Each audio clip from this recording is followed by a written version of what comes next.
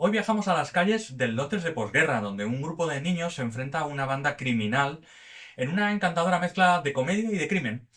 Os quiero acercar una película que a primera vista pues podría parecer como una simple aventura infantil, pero que es algo más que eso, ¿vale? Es una época en donde el cine británico estaba recuperando mucho la fuerza que tenía años antes. Llegó una película que combinaba el encanto de las travesuras y de las aventuras juveniles con la emoción de una trama criminal, y encima dirigida por la mano de un gran maestro. Os quiero hablar de una muy entretenida historia, de ingenio, de valentía y hasta dónde pueden llegar los niños para proteger a su comunidad, a sus amigos, a sus vecinos. Con una historia que gustó mucho al público de entonces y un tipo de película de las que desgraciadamente pues se hacen muy poco hoy en día.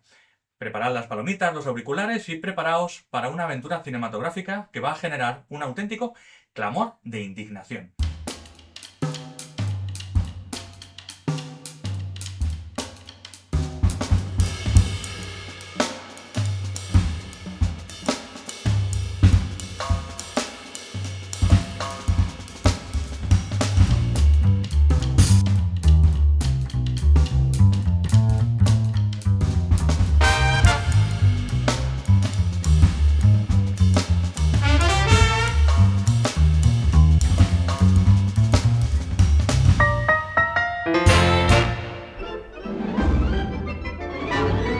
So, you're the young fella that sees visions on the streets of London. What's your name? Joe Kirby, sir. That's right. Detective Inspector Ford's just been telling me about you. Started young, eh? Started what, Governor? The heebie-jeebies. We reckon these stories are being used as a code by a gang of crooks. You mean that my stories have been distorted by some, Master criminal. as a means of sending instructions to his, minions? Without betraying his own identity. Stupendous. All this nonsense about crooks and codes. But it ain't nonsense, Inspector. There's a racket being worked. Really there is. Here's the code they're using. You and the boys are gonna catch 'em all red-handed. That's the idea. Making a real big do of it. The Battle of Ballard's Wharf. Yeah. Oh, how I loathe adventurous minded boys. Muy buenas. A ver, si no la conocéis, hoy os traigo una película que convierte las calles del Londres bombardeado en un patio de juegos para un grupo de niños que son muy ingeniosos, ¿no? Una historia que en papel suena como una simple aventura infantil, como decía antes, pero que termina siendo pues un comentario ingenioso, ¿no? Sobre la resiliencia y el espíritu comunitario de la posguerra. El encanto de esta película radica en su representación muy auténtica, ¿no? De niños normales de barrio enfrentados a circunstancias extraordinarias. Muestra cómo incluso en las secuelas de la guerra, de la Segunda Guerra Mundial, la vida puede estar llena de momentos de increíble valentía y creatividad. Esto es especialmente conmovedor, ¿no? En un mundo donde a veces pasamos mucho por alto pues esos pequeños actos de heroísmo de nuestra vida diaria. Clamor de indignación, Hue and Cry, su título original, nos recuerda que el coraje puede encontrarse en los lugares pues, más inesperados, incluso entre una pandilla de niños pues, bastante astutos y listillos. La película se rodó casi en su totalidad en localizaciones de Londres, capturando el paisaje de la ciudad en la posguerra con muchísimo detalle. Estamos hablando de 1947, ¿vale? Y para ella la joven estrella de la película, Harry Fowler, que fue descubierto en un club juvenil, terminó por desarrollar una larga carrera en el cine británico. Pero tiene muchos elementos interesantes esta pequeña película, aparte de este que mencionaba. La película de la que hablo está dirigida por Charles Crichton, estrenada en 1947, y nos cuenta la historia de un grupo de chicos que descubren que en su cómic favorito, ¿no? Las habituales tiras cómicas que se incluían en la prensa de la época, pues está siendo utilizado por una banda de ladrones para planear los robos. A partir de esta premisa, que es muy sencillita pero muy brillante, muy interesante, la verdadera brillantez de Clamor de Indignación radica en la capacidad para crear una aventura que la hace emocionante, a partir de lo que podría haber sido, insisto, una simple aventura pues infantil y tontorrona. Crichton y su equipo convierten las calles de Londres en un vibrante telón de fondo para las escapadas de los niños, aprovechando para capturar con una mezcla pues entre humor y suspense el ingenio y la determinación de estos pequeños y de estos jóvenes héroes. Se nos plantean las clásicas y eternas dudas de este tipo de historias, que actualmente es verdad que no se realizan demasiado, o cuando se hacen, siempre es de una manera pues tremendamente infantiloide, cuando antes era más un reflejo de los procesos de madurez. ¿Deberían los niños arriesgar su seguridad, no por detener a unos criminales? ¿Vale la pena ponerse en peligro, ¿no? Por el bien de la comunidad, de los amigos? Son preguntas que digamos que resuenan a lo largo de toda la película y le dan una profundidad que la hacen llegar más allá de una simple historieta de niños. Sobre la película, recordad que estoy hablando de 1947, tras el fin de la Segunda Guerra Mundial, ¿no? El cine británico está en profunda recuperación y entonces aparece esta encantadora película en blanco y negro sobre niños que desbaratan una red criminal. Evidentemente, como suele ocurrir con este tipo de historias, la trama es un poquito inverosímil, es de novela, ¿no? Especialmente cuando los niños llegan a superar a los adultos en inteligencia y demás. Seamos sinceros, si es un estudio profundo de personajes, os vais a quedar con las ganas, evidentemente. Aquí de lo que se trata es de pasárselo bien con una aventura de esas, pues que todos desearíamos haber podido vivir cuando teníamos la edad de los protagonistas. El enfoque de la película en la aventura es evidente que va en detrimento del desarrollo de los personajes, pero es que esa es la cuestión. Esos defectos son precisamente los que hacen de Clamor de Indignación sea una película muy disfrutable. No es una película sobre profundas cuestiones filosóficas, arcos complejos de personajes, es simplemente divertida y emocionante. Una aventura que te atrapa, especialmente por el corazón y que no te suelta pues hasta que aparecen ya los créditos. Lo que realmente distingue a Clamor de Indignación es su compromiso con la autenticidad. Crichton insistió en rodar en las localizaciones reales de las calles de Londres de la posguerra, dando a la película un realismo muy crudo, ¿no? Que se disfruta y se puede vivir muy bien a través de las imágenes. Hasta tal punto que uno de los grandes detalles de esta película es que su representación del Londres de la posguerra es tan vívida, tan realista, que se considera actualmente un valioso documento histórico de la época. El origen de la película además es muy importante, ¿no? Porque es una de las primeras de las famosas comedias de la Ealing, sentando las bases para una serie de maravillosas películas británicas. Si no las conocéis, no sabéis lo que os estáis perdiendo, pues es una maravilla. Especialmente si os gusta disfrutar de la clase del cine británico, ese humor tan suyo, tan cínico, sarcástico y negro.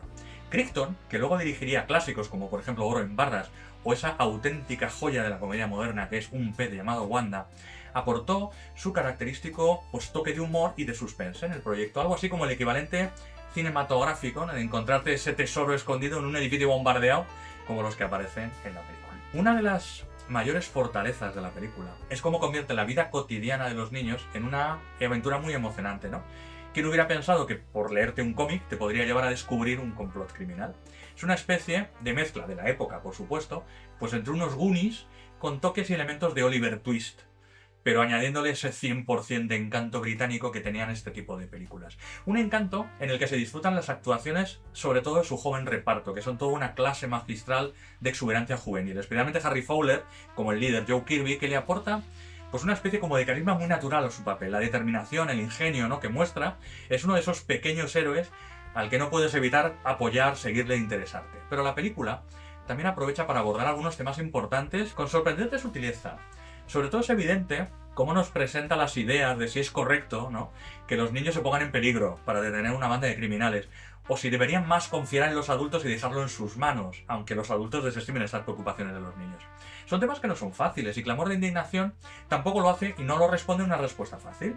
Son historias que nos hacen pensar un poco más después de la escena final, ¿no? Es un título que puede parecer no gran cosa a primera vista, pero que tiene su impacto. Y especialmente pues, como un testimonio del poder de la comunidad, ¿no?, y de la resiliencia de la juventud y de la magia del cine, sobre todo a la hora que tenía de contar estas historias, que actualmente, pues la verdad es que ya no se hacen tanto como probablemente deberían y se echan mucho de menos.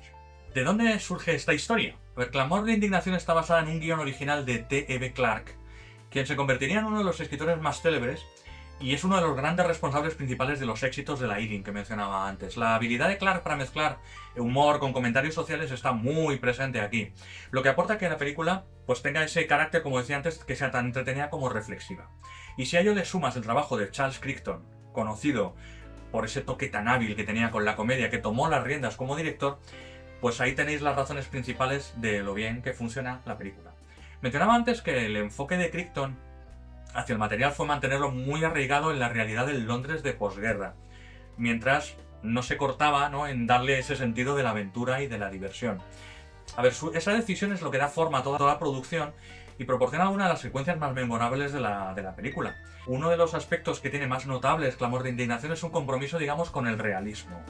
Crichton insistió en rodar casi en su totalidad en las localizaciones en Londres real, capturando el paisaje de la ciudad en la posguerra en todo su crudo esplendor. Y esta dedicación a la autenticidad se extendió al uso de niños de la calle reales en muchas de las escenas, añadiendo el sentido pues de realismo y de inmediatez que tiene la película. Y en Inés nos permite disfrutar de momentos realmente maravillosos. No solamente es que a lo largo de la película hay muchas escenas que muestran la vida cotidiana de los barrios de un Londres devastado, como niños jugando entre los escombros, familias tratando de reconstruir pues, sus vidas, ¿no?, en mitad de esas ruinas. Pero es que hay escenas muy brillantes, ¿no?, como una persecución que hay, por ejemplo, en unas calles bombardeadas, en la que los niños van persiguiendo a los criminales a través de calles llenas de escombros y de edificios derruidos. Ya no es solo ese nivel de autenticidad visual, ¿no?, que trae la película, sino que también subraya el ingenio y la valentía de los niños al navegar por un entorno, oye, que es peligroso, que no es habitual, ¿no? Hay otra escena, por ejemplo, donde los niños se esconden en un edificio que está parcialmente destruido mientras están planeando su próximo movimiento contra los criminales, o el propio clímax de la película que tiene lugar en un almacén abandonado, donde los niños, digamos, que finalmente se enfrentan a la banda de ladrones. Para ello, se aprovecha esa atmósfera sombría y desolada del almacén y de las calles con las sombras, con riscones oscuros, que es un escenario perfecto para ese enfrentamiento final, y destaca mucho más la valentía de los niños y la amenaza real a la que se enfrentan. Y es que por si faltaba algo de esto que os he comentado, la cinematografía de la película se encuentra a cargo de un auténtico maestro que es Douglas Slocum. Si no os suena, comenzó su carrera como un fotoperiodista antes de convertirse en camarógrafo, en cinematógrafo de noticieros durante la Segunda Guerra Mundial. Vamos, que es todo un experto en estas imágenes. Pero si yo le tengo en mi corazoncito y os puedo valer de ejemplo de su calidad como director de fotografía en películas de aventuras, es que fue el responsable de fotografía de las primeras 3 películas de Indiana Jones. Por supuesto, aquí está en una etapa mucho más temprana, pero es muy crucial porque es parte de su carrera también con la Eileen, ya que había comenzado a trabajar en largometrajes pues después de la guerra.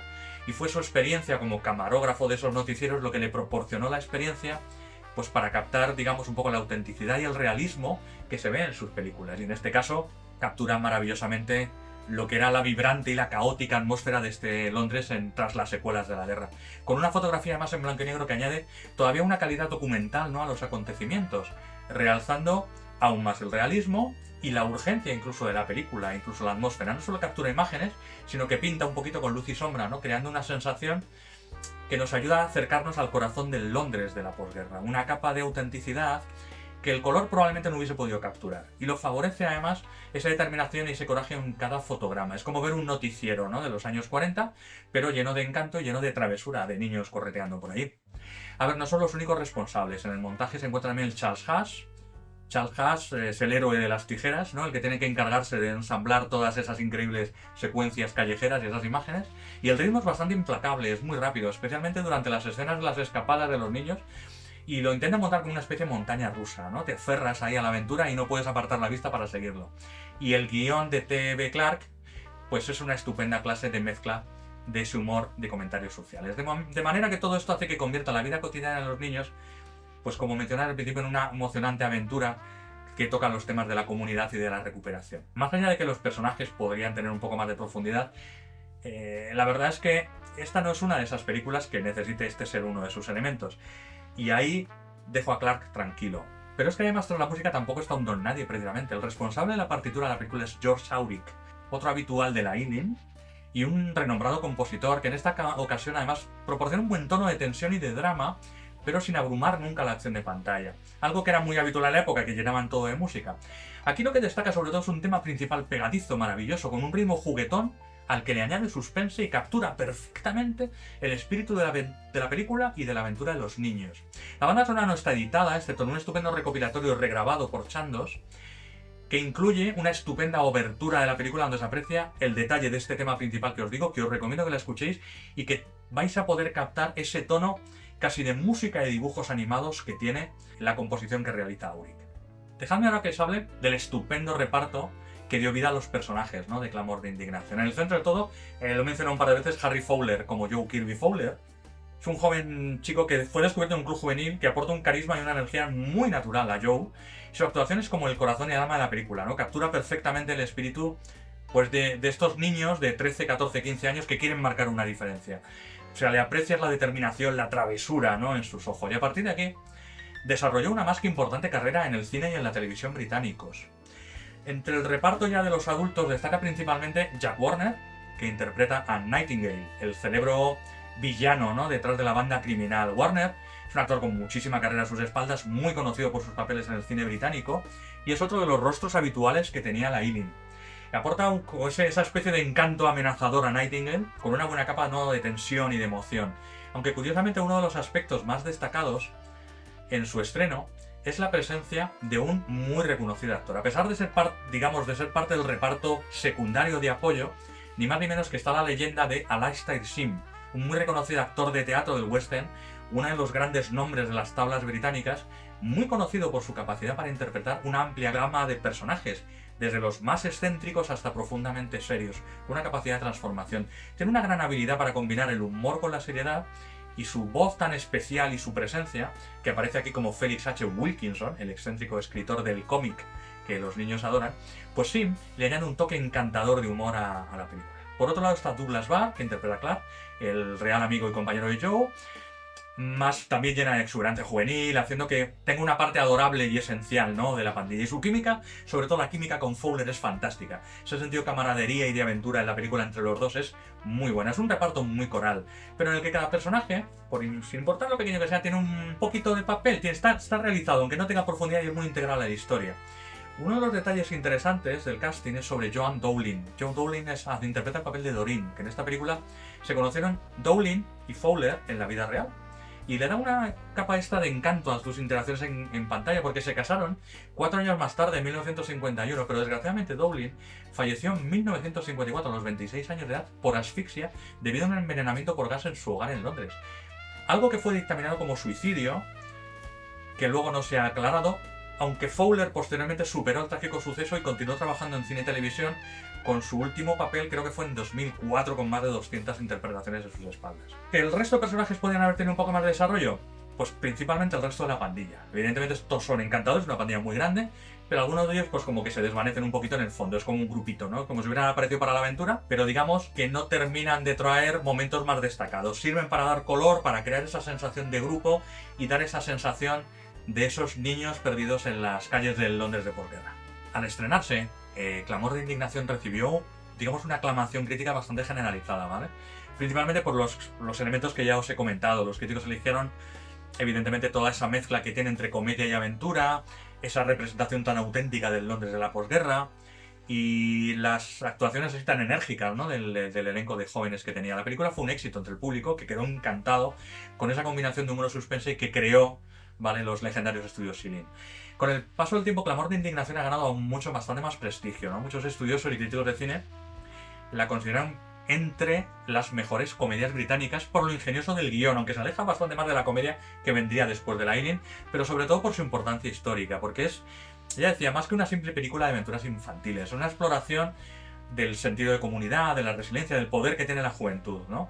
En una época que está muy necesitada de ilusión tras la guerra, cuando Clamor de Indignación llega a los cines en 1947, es como un soplo de aire fresco para la Gran Bretaña de la posguerra. El público quedó encantado con ese humor, con la aventura, y el ver reflejado con algo realista en las calles bombardeadas de Londres. Conectó muchísimo con los espectadores por ese tono ligero sobre temas serios, y sobre todo la celebración de ese ingenio juvenil. Creo que es el propio The Times la describió como una divertida travesura y destacó la capacidad de la película, ¿no?, para mezclar la comedia con el suspense. O The Guardian también, que elogió sobre todo la dirección de Charles Crichton, señalando ese equilibrio, ¿no?, cómo sabe mantener el tono juguetón de la película con temas un poquito más serios. Mi opinión, Clamor de Indignación es de esas pequeñas peliculitas, una pequeña joya de película que es tanto entretenida como reflexiva. No es solo una aventura infantil, es una instantánea, pues digamos, de un tiempo y de un lugar. Captura el aguante y la creatividad de una generación que creció después de una guerra. Es algo, ya te digo, que es un tema que ahora se echa de menos, no por las guerras, afortunadamente, Dios me libre, pero sí por cómo tratar a los niños como futuros adultos, de una manera que también demuestran que son fuertes e inteligentes si es necesario. El encanto de la película radica en su capacidad para convertir la vida cotidiana de los niños en una aventura muy emocionante, mientras mantiene pues sentido del humor y mantiene pues su corazón y ese encanto. Es evidente que la película brilla en cómo utiliza esos escenarios auténticos y sus actuaciones, especialmente Harry Fowler y Jack Warner, que son los dos grandes personajes, ¿no?, de la película, de una manera con la que te puedes relacionar de una manera muy entretenida. La representación del Londres de posguerra de la película, que es un documento histórico y un telón de fondo increíble para las escapadas de los niños, no puedes hacerlo así de natural.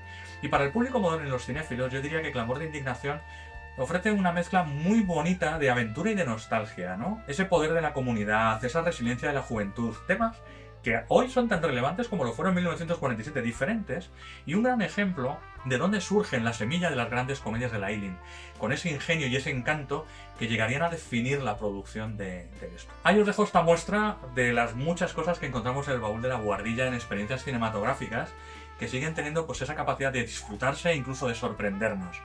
Muchas gracias, ¿no?, por acompañarme en este viaje por las calles del Londres de posguerra, por estar ahí, por seguirnos en el canal y, como digo siempre, comentad, hacednos propuestas o ponednos verde si es lo que queréis, que estamos en un mundo libre y podéis hacer lo que os dé la gana porque esto es para vosotros. Hasta la próxima, mantened los ojos en las pantallitas de cine, de televisión o del dispositivo de móvil o como las veáis, con las películas y sobre todo con nuestros comentarios. Siempre con palomitas listas, prepararos para pasarlo bien. Nos vemos muy pronto con más sorpresas de este baúl.